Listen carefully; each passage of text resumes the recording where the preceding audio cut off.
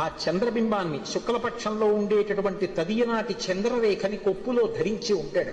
ఆయన దిక్కులన్నీ ఆయనకి అంబరములై ఉంటాయి. ఆ దిక్కులు అంబరములై ఉన్న మీదట కొత్తగా ఇక వస్త్రాన్ని కట్టుకోడు, దిశములతో ఉంటాడు. అది ఒకటి. అసలు తెలుసుకోవలసిన రహస్యం వేరే ఉంటుంది. ఎప్పుడైనా మీరు శివాలయంలోకి వెళ్ళినప్పుడు కాలభైరవ దేవాలయానికి వెడితే బట్ట ఉండదు, ఆయన దిగంబరంగా నిలబడి ఉంటాడు.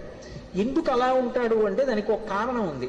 అంబరము దేనికి కట్టుకుంటారు అంటే, వస్త్రము కట్టుకున్నాడు అన్న మాటకి తాత్వికమైనటువంటి అర్థం ఏమిటి అంటే, లజ్జ పొంది ఉన్నారు, ఎవరు తనని చూసి సంతోషించాలో వాళ్ళు మాత్రమే సంతోషించాలి తప్ప అన్యులు తనని ఇంకొకలా చూడకుండా ఉండడానికి వస్త్రం కట్టుకుంటారు. సభాముఖంగా అంతకన్నా మాట్లాడకూడదు.